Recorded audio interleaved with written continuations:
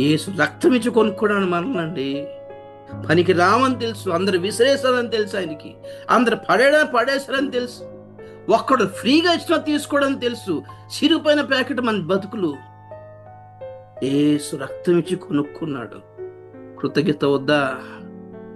రక్తం ఇచ్చి కొనుక్కోవడమే కాకుండా పొరపాటున జారిపోతే మిమ్మల్ని మీరు శిక్షించేసుకోకుండా, దేవుడే పొమ్మనకుండా మీరే పోయేలా చేసేసుకోకుండా ఇన్ని ఆప్షన్స్ ఇచ్చాడు ఇక్కడ మనకి.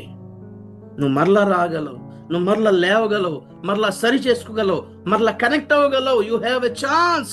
Hour God is the God of second chances. మన దేవుడు రెండోసారి అవకాశం ఇచ్చే దేవుడు అండి. నిజంగా ఆలోచించండి.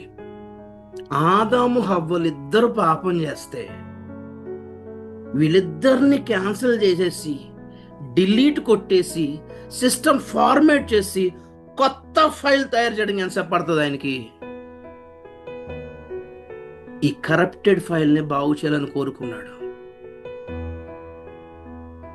చెప్పిన అర్థమైంది? కంప్యూటర్ భాషలో చెప్పాను. ఇద్దరే కదా పాడయింది. ఇద్దరికి పిల్లలు పుట్టి లోకమంతా పాపలు అవ్వడం కంటే వీళ్ళిద్దరిని చంపేసి, వీళ్ళిద్దరిని నరకంలో పెట్టేసి, పోని ఇద్దరిని క్యాన్సల్ చేసేసి, అలా కనపడకుండా మాయం చేసి క్రొత్త ఆదం హవ్వను సృష్టించి ఈసారి చెట్టే లేకుండా చేసేసి, వీళ్ళకి ఫ్రీడమ్ లేకుండా చేసుకోలేడా దేవుడు?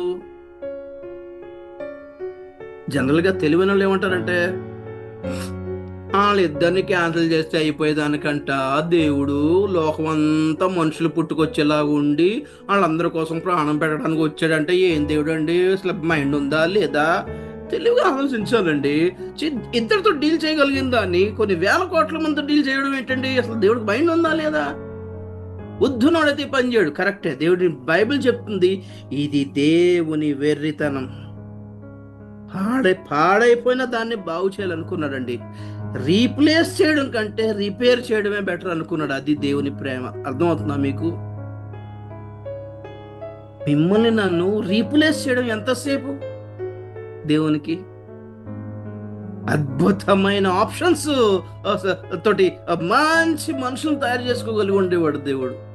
నా స్థానంలో ఇంకొకరిని, మీ స్థానంలో ఇంకొకరిని, ఆదాం స్థానంలో ఇంకా బెటర్ ఆప్షన్, హవ్వమ్మ స్థానంలో ఇంకా బెటర్ ఆప్షన్. చేయలేడా? చేయగలడు. సమస్తం సాధ్యం. మరి ఏం చేశాడు? వీళ్ళు నాలోని భాగం అని మనల్ని నాశనానికి అప్పగించలేదు. మనల్ని బాగు చేయడానికి ఇష్టపడ్డాడు.